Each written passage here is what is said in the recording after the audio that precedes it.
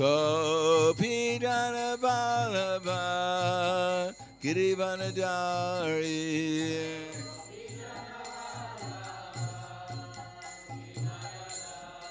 Yasodanandana Radha Janaranjana Yasodanandana Radha Janaranjana Gamunatiha Vanacharya Gamunatiha Vanacharya Jaya Radha Madhava Kunja Vihari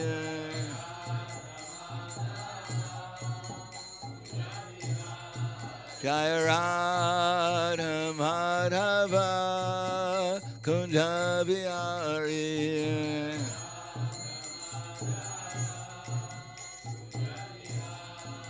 Gopi Jana Vallabha Girivanadari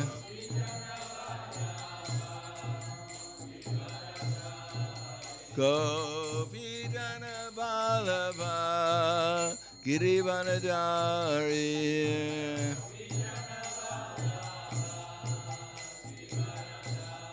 Yasodanandana Braja Janaranjana Yasodanandana Braja Janaranjana Yamunatiha Vanacharya Yamunatiha Vanacharya Jaya Radha Madhava Kunja Vihari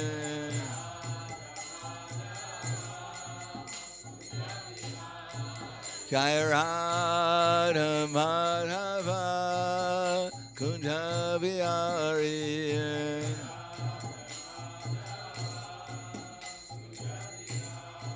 Gopi Jana Vallabha Girivanadari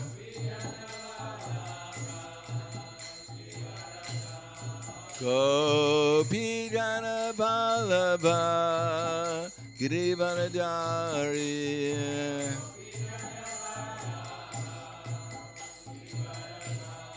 Yasodanandana Braja Janaranjana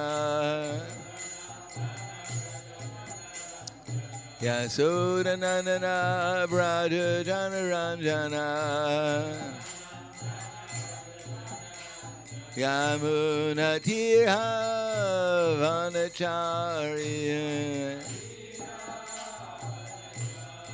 Yamunatiha Vanacharya Jaya Radha Madhava Kunja Vihari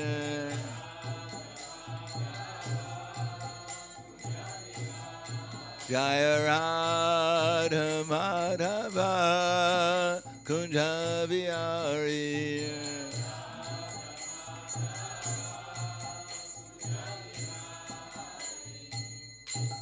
Jayam Vishnupad Paramhansa Prabhudakacharya Asadhara Siddhi Shriman His Divine Grace Shalisi Bhaktivedanta Swami Raj Srila Prabhupada Ki Jai Gaur Premanande Haribo Slava Zabrani Bhaktam Slava Shri Guru Shri Garangi Namo Vishnupadaya Krishna Prasthapate Srimate Bhaktivedanta Swami Namane Namaste Saraswati Deve Gauravani Vacharane Nirvishesha Shunyavadi Paskadyade Siddharana Om Agana Timanandasya Gananjana Salakaya Chaksura Militam Yena Tasmai Shri Gurave Namaha Shri Chaitanya Manobishtam Stapitam Yena Bhutale Swayam Rupa Kadamayam Tadati Swapadantikam Vandeham Shiguro Shiyuta Parakamalam Shigurum Vaishnavamscha Shirupam Sagrajatam Sahagana Raganatam Vitam Tam Sajivam Sadvaitam Sabadutam Prijana Saitam Krishna Chaitanya Devam Shri Radha Krishna Padan Sahagana Lalita Shri Visakan Svitamscha Hey Krishna Karna Sindho Dinabando Jagatpate Gopesha Gopika Kanta Radha Kanta Namostute Tapta Kanshana Gaurangi Radhe Vrindavaneshwari Prishubhanu Sudhadevi Pranamami Hri Priye Vanchakapa Trubhyascha Kripa Sindhu Bhyevacha Patidanam Bhavanebhyo Vaishnavebhyo Namo Namaha Shri Krishna Chaitanya Pranityananda Shri Advaita Gadadhar Shri Vasudhi Gaura Bhaktivinoda Hare Krishna Krishna Krishna Hare Hare Hare Rama Rama Rama Hare Hare Om Namo Bhagavate Vasudevaya Om Namo Bhagavate Vasudevaya Om Namo Bhagavate Vasudevaya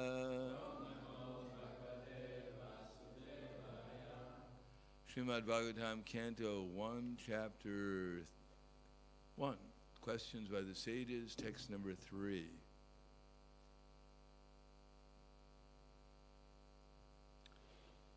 Nigama Kalpataror Galitam Palam Sukhamukad Amrita Drava Samyutam Pibata Bhagavatam Rasamalayam Mohuraho Rasika Bhuvi Bhavukaha Nigama Kalpataror Galitam Palam Sukhamukad Amrita Drava Samyutam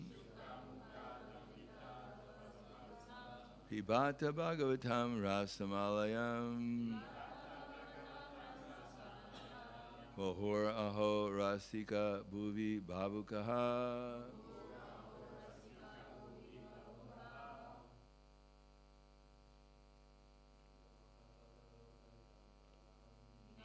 Kalpavitolor Galitam Palam Sukhamukha Dravitam Adravit Samyutam Hada Bhagavatam Samayam Ahura Ho Rasika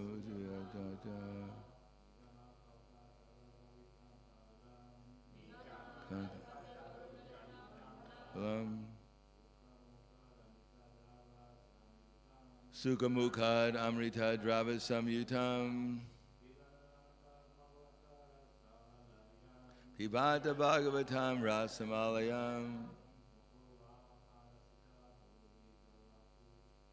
Uhora Ho Rasika Bhuvi Bhavukaha. Ladies.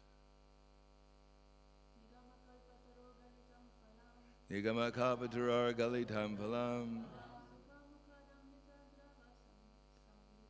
Sukhamukad Amrita Drava Samyutam Pibata Bhagavatam Rasamalayam Muhuraho Rasika Bhuvi Bhavukaha. Nigama, the Vedic literature. Kalpa Taro, the desire tree. Galitam, fully matured. Palam, fruit. Shuka, Srila Shukadevi Goswami, the original speaker of Srimad Bhagavatam. Mukhat, from the lips of. Amrita, nectar. Drava, semi-solid and soft, and therefore easily swallowable. Samyutam, perfect in all respects. Pibata, do relish it. Bhagavatam, the book dealing in the science of the eternal relation with the Lord. Rasam, juice, that which is relishable. Alayam, until liberation, or even in a liberated condition. Mahu, or muhu, always. Ahau, oh, rasika, those who are full in knowledge of mellows. Bhuvi, on the earth. Bhavukaha, expert and thoughtful. Translation and purport by His Divine Grace, A.C. Bhaktivedanta Swami Srila Prabhupada. In the two previous shlokas, it has been definitely proved that the Srimad Bhagavatam is the supreme, sublime literature which surpasses all other Vedic scriptures due to its transcendental qualities. It is transcendental to all mundane activities and mundane knowledge. In this shloka, it is stated that Srimad Bhagavatam is not only a superior literature, but is the ripened fruit of all Vedic literatures. In other words, it is the cream of all Vedic knowledge. Considering all this, patient and submissive hearing is definitely essential. With great respect and attention, we should receive the message and lessons imparted by the Srimad Bhagavatam. The Vedas are compared to the desire tree because they contain all things knowable by man. They deal with mundane necessities as well as spiritual realization. The Vedas contain regulated principles of knowledge covering social, political, religious, economic, military, and medicinal, chemical, physical, and metaphysical subject matter, and all that may be necessary to keep the body and soul together. Above and beyond all this are specific instructions for spiritual realization. Regulated knowledge involves a gradual raising of the living entity to the spiritual platform. And the highest spiritual realization is knowledge that the personality of Godhead is the reservoir of all Vedic tastes, or rases. Every living entity, beginning from Brahma, the first born living being within the material world, down to the insignificant ant, desires to relish some sort of taste derived from sense perceptions. The essential pleasures are technically called rases. Such rases are of different varieties. In the revealed scriptures, the following 12 varieties of rases are enumerated. 1. Rodra, anger. 2. Adbhuta, wonder.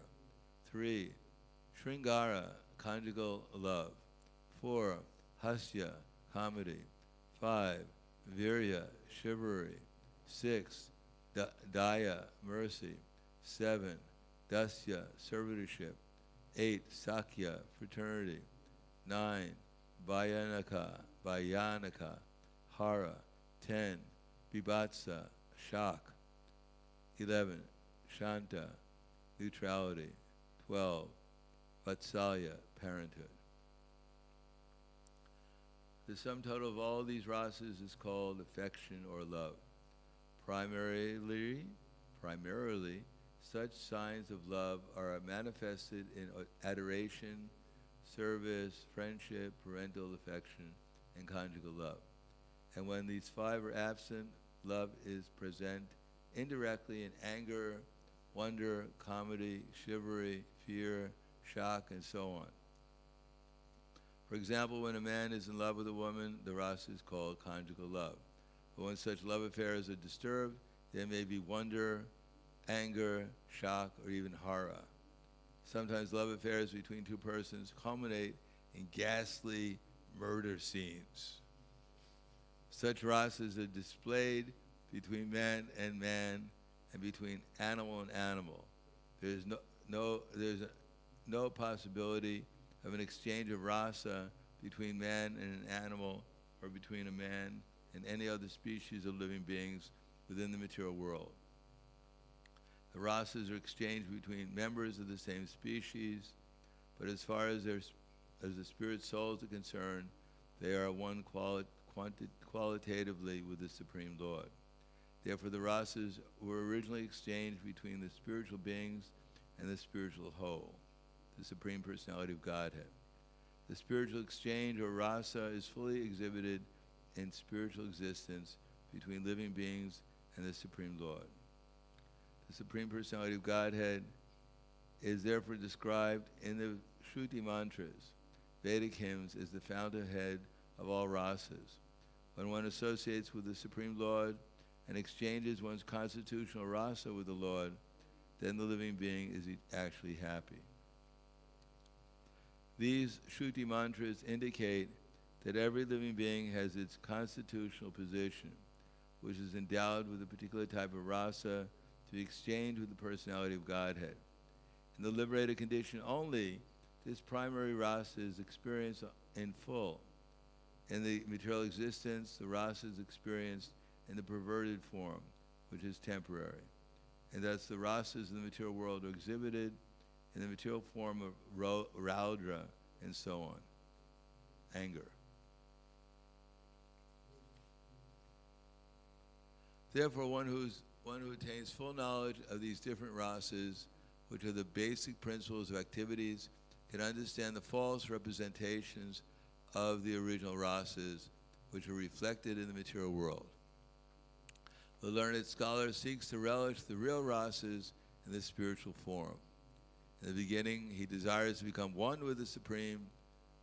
Thus, less intelligent transcendentalists cannot go beyond the conception of becoming one with the spirit whole, without knowledge of the different rasas. In this sloka, it is definitely stated that spiritual rasa, which is relished even in the liberated stage, can be experienced in the literature of the Srimad Bhagavatam due to its being the ripened fruit of all Vedic knowledge. By submissively hearing this transcendental literature, one can obtain the full pleasure of his heart's desire. But one must be very careful to hear the message from the right source. Srimad Bhagavatam is exactly received from the right source. It was brought by Narada Muni from the spiritual world and given to his disciple Sri Vyasadeva.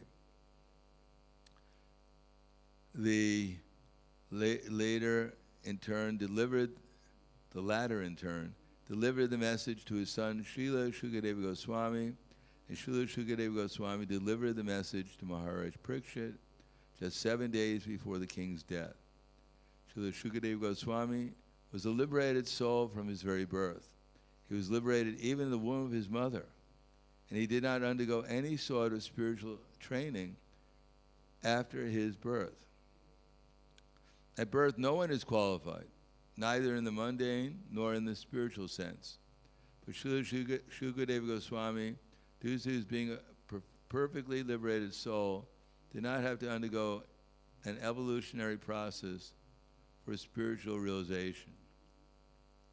Yet despite his being completely liberated person, situated in the transcendental position above the three material modes, he was attracted to this transcendental rasa of the Supreme Personality of Godhead, who is adorned by liberated souls who sing Vedic hymns. The Supreme Lord's pastimes are more attractive to liberated souls than to mundane people. He is of the necessity not impersonal, because it is only possible to carry on transcendental rasa with a person.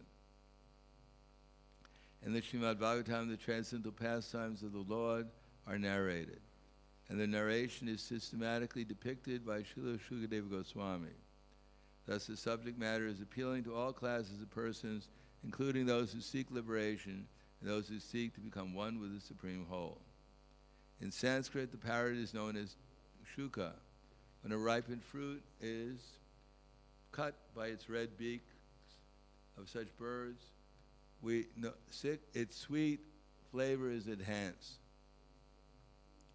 The Vedic fruit, which is mature and ripened knowledge, is spoken through the lips of Srila Shukadeva Goswami, who is compared to the parrot not for his ability to recite the Bhagavatam exactly as he heard it from his learned father, but for his ability to present the work in a manner that would appeal to all classes of men. The subject matter is so presented through the lips of Srila Shukadeva Goswami that any sincere listener that hears submissively can at once relish transcendental tastes, which are distinct from the perverted tastes of the material world. The ripened fruit is not dropped all of a sudden from the highest planet of Krishna Loka.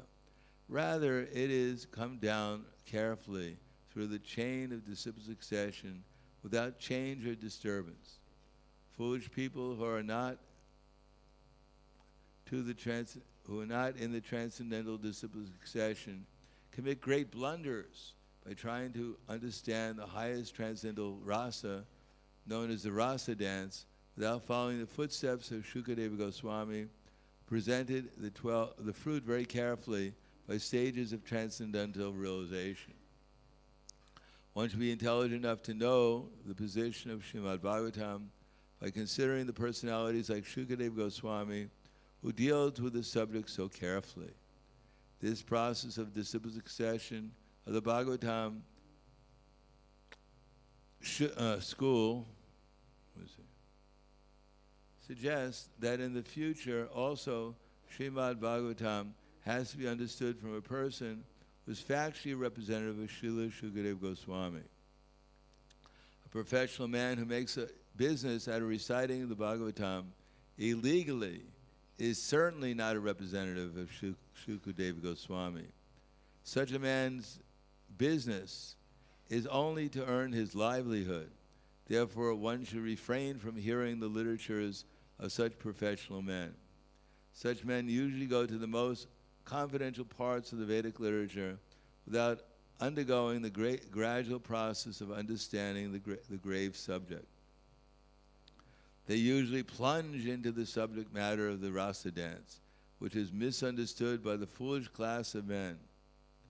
Some of them take this to be immoral. Others try to cover it up by their own stupid interpretations. Thus, they have no desire to follow in the footsteps of Srila Shukadeva Goswami. One should conclude, therefore, that the serious student of the rasa should receive the message of Bhagavatam in the chain of disciple succession from Srila Shukadeva Goswami, who describes the Bhagavatam from its very beginning, and not whimsically to satisfy the mundaner who has very little knowledge in transcendental science. Srimad Bhagavatam is so carefully presented that a sincere and serious person can at once enjoy the ripened fruit of Vedic literature simply by drinking the nectarian juice through the mouth of Shukadeva Goswami or his bona fide representative.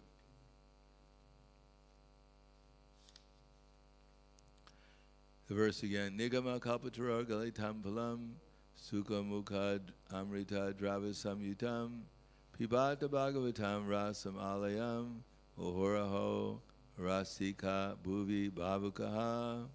O expert and thoughtful men, relish Srimad Bhagavatam, the mature fruit of the desired tree of Vedic literature, and emanated from the lips of Srila Shukadeva Goswami.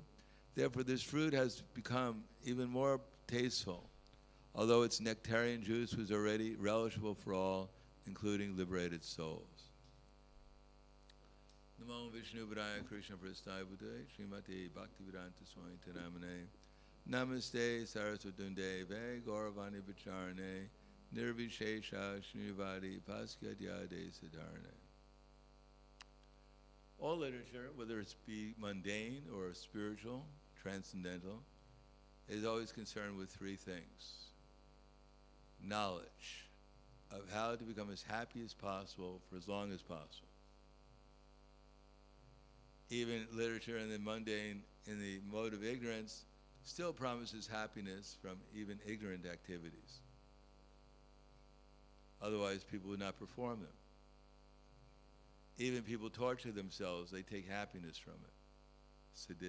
People who are sadistic or masochistic, they take pleasure from this type of activity in the mode of ignorance. Because after all, material activity simply means to satisfy some desire in some way. Whatever the desire may be, if it's satisfied, one takes some pleasure from it. But in spiritual life, the aim is rasa. A rasa is only actually understood and experienced on this transcendental platform. And here it says that although we may be conditioned by the material existence, by the modes of nature we're situated, we can rise above those modes if we carefully hear Srimad Bhagavatam with attention and with care. Therefore, the Bhagavatam is presented in a gradual way, because we can only gradually progress. Now, sometimes we can jump to a higher state of consciousness by some divine arrangement or by some pious activity in the past, but we shouldn't think that because I've now gotten a higher experience, I'm on that platform of experience. Therefore, I'm liberated. I'm beyond liberation. I'm a pure devotee. No, in order to be encouraged to come to a higher platform of consciousness, Krishna will sometimes give us some special mercy, special experience to give us a taste for what we're actually hankering for. Just like Narada Muni, he was the son of a maidservant, and he had the good fortune during the rainy season to enter. His mother was servant of the Bhaktivedantas, advanced devotees. And because it was rainy season, they simply talked about Krishna. And Narada Muni, by serving them, he was fortunate enough to hear about Krishna, and gradually the modes of ignorance and passion dissipated from his heart. Just like even for ourselves, although it's maybe imperceptible, because whatever our present state of consciousness is, we just take it as normal. We forget about all our other states of consciousness that we used to be absorbed in, and we just take our present state, that's me, this is who I am now. But there probably was a time when we heard about sinful activities, we'd become enlivened by them.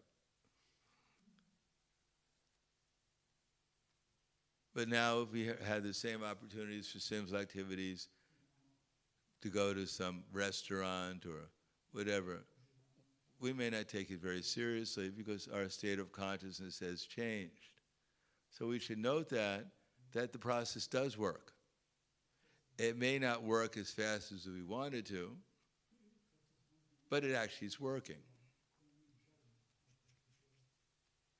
And therefore we should become more encouraged by the fact that it's working than discouraged by the fact that it's not working according to my timeline, which is one of the reasons why it doesn't work so quickly. Impatience. Therefore, as it mentions here, people want a quick fix. But that here it also mentions we should hear it patiently, because only by patience can we actually hear. If our mind is in some other place, how is it possible to hear what's going on now? And if we're hearing the Bhagavatam, then we'll miss it, what it's saying. But ultimately, whatever rasa we get from hearing the Bhagavatam, we should appreciate that. A little bit of intellectual enlightenment, a little bit of encouragement, a little bit of appreciation for the process. This is actually quite beneficial for us. We shouldn't think that by hearing the Bhagavatam suddenly Krishna will appear in this room playing the flute, and we'll all fall over in ecstasy rolling on the ground. Only in that way can we accept that the Krishna and the Bhagavatam are present when we hear the Srimad Bhagavatam. No, if we can actually see something about how Krishna is present when we hear the Bhagavatam, that's great advancement. And as far as it says here, in the absence of actual rasa, spiritual rasa, then naturally there'll be all these other types of rasa going on. Unfortunately, we also have a taste for the other types of rasa. Therefore, we don't give them up so easily. As they float through our minds, we take them very seriously. Probably the only time we really recognize them as something other than desirable is when we're trying to practice our devotional service. Then we can see that this is my real interference from the fact that this is why I don't hear the Bhagavatam with rapt attention, because I'm becoming distracted by so many other thoughts flowing through my mind. And they're generally of these 7 different rasas. And some of them are very powerful. Raudra, which is anger. We relish anger in the mood of Lord Nrsingadev. You demon. Another one for the demigods. Krishna. And what to speak of, but Vyatsa, horror. People pay money to go to horror movies because they're so dull, nothing stimulates them. But when they see something horrible, then they actually, wow, this is fantastic. I've woken up. As we can see in the present movies, after 15 minutes, 10 or 20 people haven't been killed, people consider the movie very boring. The hero has to have killed at least 10 or 15 people, had 3 love affairs in the first 15 minutes for people to pay any attention to it. And the other ones, chivalry, that's also there, Robin Hood or something like that. Some noble cause, so I can feel noble amidst the horror and the anger. I feel a little noble about what I'm doing.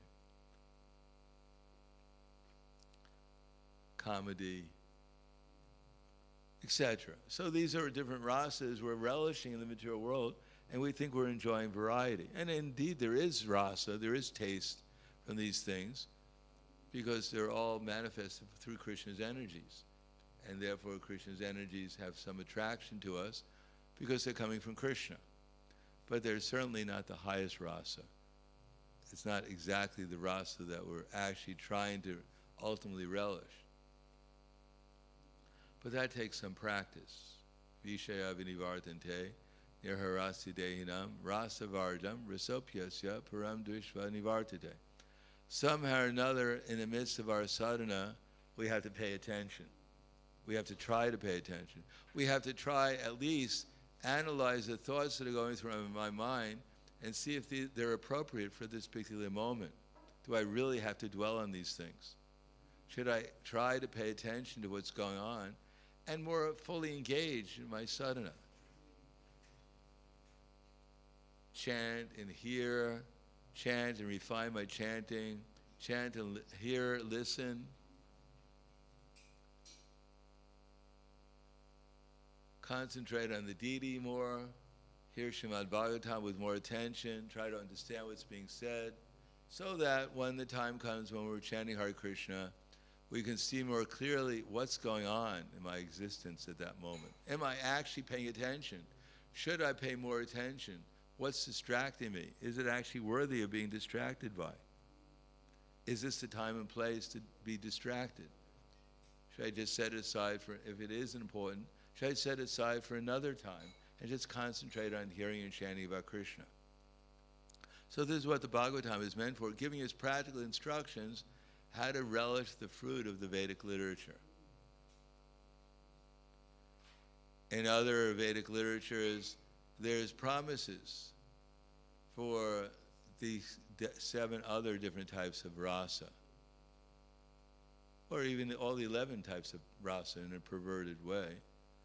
So there's promises in all the Vedas, but only in the Srimad Bhagavatam do we find all the rasas there in their fullest. And on the spiritual level, that are actually relishable by the soul, not just by the mind or the perverted intellect. And it's available if we pay attention, not all at once, because our digestive power is not very good right now. Even you eat the sweetest fruit, if you can't digest it, it doesn't act very well. So we have to increase our digestive power by going through the Bhagavatam systematically. That's why we started with the first canto again. So we can get some insight about why I'm conditioned, how to become unconditioned, how to become purified, how to relate in this material world in such a way is that I become qualified for rasa. We're conditioned by this material energy, not so much because material nature is conditioning us, as much as we're accepting the conditioning and becoming attached to it. And even there's a way out of the conditioning, we think, well, I'll get out of the conditioning, no problem, but I just want to enjoy a little bit more. This program is really interesting. I just want to see the end of it. We've been doing that since life after life, trying to see the end of the program. And indeed, the program ends and starts again. And then we think, this time, I'm going to enjoy the conjugal rasa, especially. That's the main rasa in the 8,400,000 species of life. This time, the romance will be real and permanent. And they'll sing the songs of my romance, even in the celestial planets, they'll be glorifying me. Gandharvas will be singing. And if that doesn't work out, then anger. I can display my anger, and even the demigods will be fearful of me. And if my anger doesn't work well enough, biatsa, I'll do something really significant. I'll become a serial killer and get my name in all the newspapers. And finally, people will recognize me for who I really am. So, in this way, if we don't realize the importance of gradually developing the real rasas, utilizing these rasas properly, because it's not even, for instance, anger in the negative instruction says we can use anger, but we should use anger appropriately against the enemies of Krishna, not against Krishna and his devotees. That's not where we're supposed to utilize anger. That's for the mundane people. But for the spiritualists, we fight like Arjuna for the cause of Krishna. We utilize our anger properly. Otherwise, Prabhupada said, unless Arjuna was angry, how could he have fought? How could Hanuman have fought against Ravana unless he was angry? So that's appropriate. Hanuman didn't fight against Sita. Sita said, I'm sorry, Hanuman, I can't go back with you because it would be improper. I can't get on your back and fly back to Ram because it would be improper. So Hanuman didn't say, wait a second, you think I'm impure or something?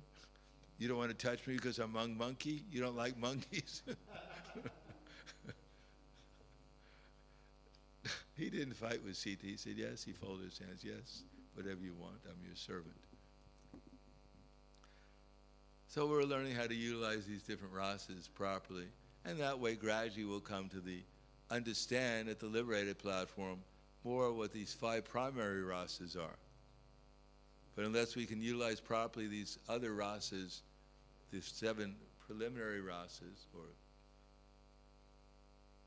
then we won't be able to utilize the other rasas. We won't come to the platform of utilizing the 5 primary rasas, namely neutrality, servitorship, friendship, parentalship, and conjugal love with Krishna. These are only our eligibility only come to the platform when we develop bhava for Krishna, because they're composed of bhava, namely sthayi bhava, anubhava, vibhava, vyabhichari bhava, etc. So these 5 primary ones are made of bhava, feelings towards Krishna. But right now we don't know Krishna. We don't experience Krishna usually that directly. But sometimes we might. We may experience, because by Krishna's mercy, by the mercy of Krishna's disciplic succession, we get tastes sometimes. But in the meantime, before that taste is fully developed, we should try to understand these other rasas and utilize them appropriately. So I'll stop there. Thank you. Any questions or comments? Yes. Thank you for coming. Hare Krishna, thank you for Guru Maharaj, I want to ask here, it says in the purport that such rasas are displayed between no. A man and man. Yes, and animal and animal. Animals. There's no possibility of an exchange of or rasa between a man and an animal, or between a man and any other species of living beings within this material world. Oh, Fifi, I love you. That was exactly the question, because we see that especially the Sakya and the Vatsalya rasa are displayed quite a lot between humans and animals. They really treat some of their animals like their sons, or... That's right. So we become so degraded due to our imagination. This is all imagination, propaganda. According to the Bhagavatam, I'm not realizing this subject, but according to the Bhagavatam at least, it says it's imagination. We're thinking my dog loves me, but actually he loves the fact that I'm giving him something to eat. He loves the fact that, I'm taking care of him. He loves that. Otherwise, you don't stop feeding him for the most part, then he'll go away. He's licking you, according to some sources. The dog is licking you for different reasons. One is that you may have some salt on your body. He needs salt. So he licks you for the salt, to get the sweat from you. The other thing is that, at least the dogs in India, sometimes they lick people to find out if they're alive or not. And if they're not alive, if they don't move, then they'll bite their nose off.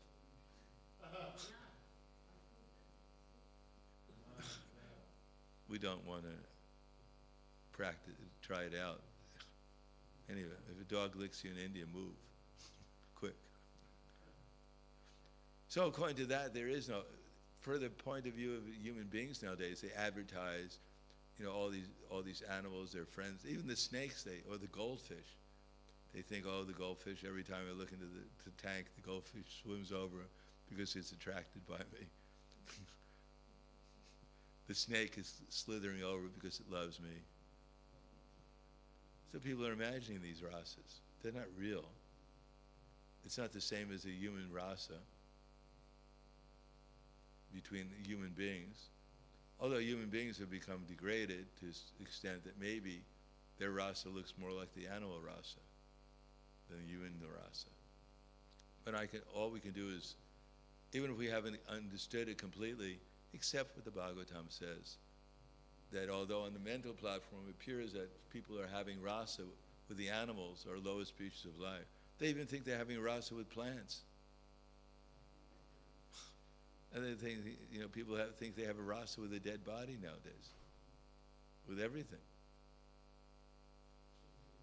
with their football team, whatever it may be. So I don't think we should accept just the fact what they're claiming or what they're presenting. We should accept Bhagavatam. And if there's some appearance of rasa, we can accept it as an appearance of rasa. But it's not the same as exchange between animal and animal.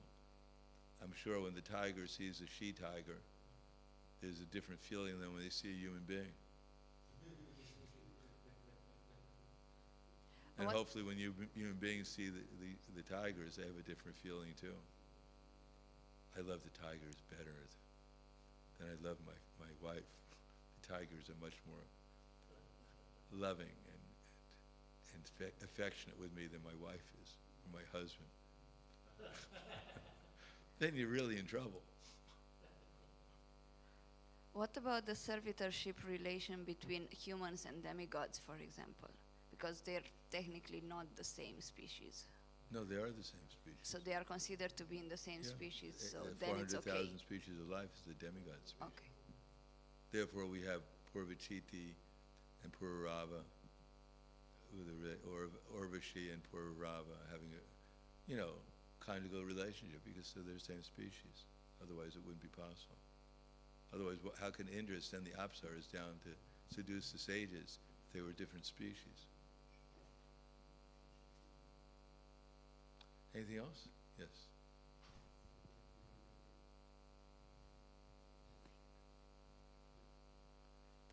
Jai Mataji, you're the only one who gets up and gives you're the only one who gets up and gives the microphone to someone. Thank you. It's a good example.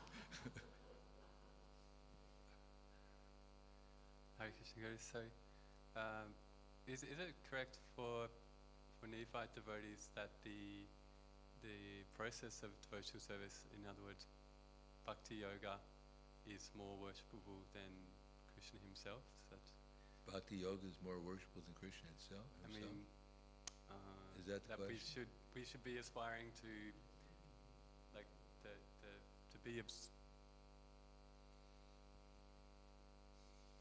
to be absorbed in Krishna consciousness. That is the process. So for us, we should be aspiring to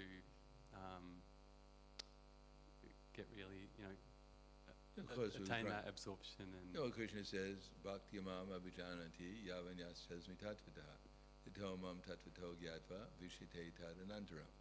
One can understand me as the Supreme Personality of Godhead only through the process of devotional service. And when one is fully engaged in devotional service, then he can enter into the mysteries of my understanding. So we're not just doing devotional service for we're supposed to be doing devotional service to know Krishna better. So Krishna is the goal of devotional service.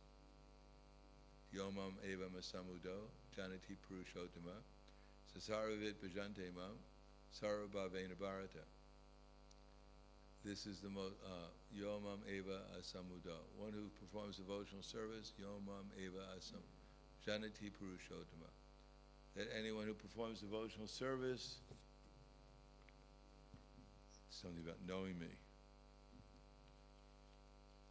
This is chapter Yomam Eva, Yoga the Supreme.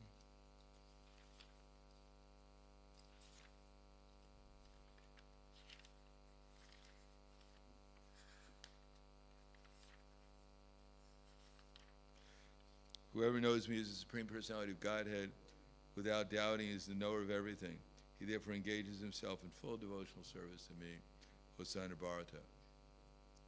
So, full devotional service is the way we get to know Krishna, without doubt. And if we know Krishna without doubt, then we also engage in full devotional service. So they work together. Does that answer your question? Good.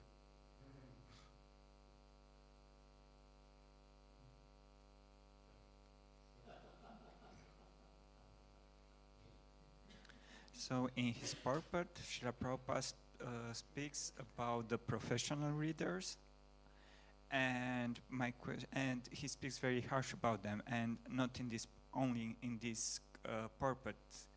We can find in many parts of the commentaries that Prabhupada speaks harsh about the professional reciters. But who really are these professional reciters? Because here in the western part of the world we don't have this experience of people speaking, even speaking about Bhagavatam or mentioning Bhagavatam. Means Saptaha. Well, specifically 7 days of talking about the rasa. Well, that exists. Maybe we don't go to them, but they exist in the Western world now. There are such things going on. Maybe sometimes they only have it on the weekend, Because there's so many different groups nowadays. Practically everyone has come to the West. Because here you don't just get umbrellas, and here you get real Lakshmi. You get resources here. And therefore people, I mean, if we were advertising we're going to have Rasa Leela in the temple with real gopis and Narayan's going to come and dance with the gopis, we'd probably have a bigger attendance than we have right now. Because there is an audience for those things. But we don't attend them, that's also. We're not in the in crowd for that kind of thing. And that will come more and more as we distribute Krishna consciousness. Then people will become attracted to hear about Krishna, and not for all the good reasons, the best reasons. And therefore people will come, as they come from India and from other parts, and not only from India, but they'll learn about how to imitate Krishna's Rasa Leela. Even Westerners do that. Yes. I have a question related to this one. For example, if there is, let's say, a professional theater party, Yeah.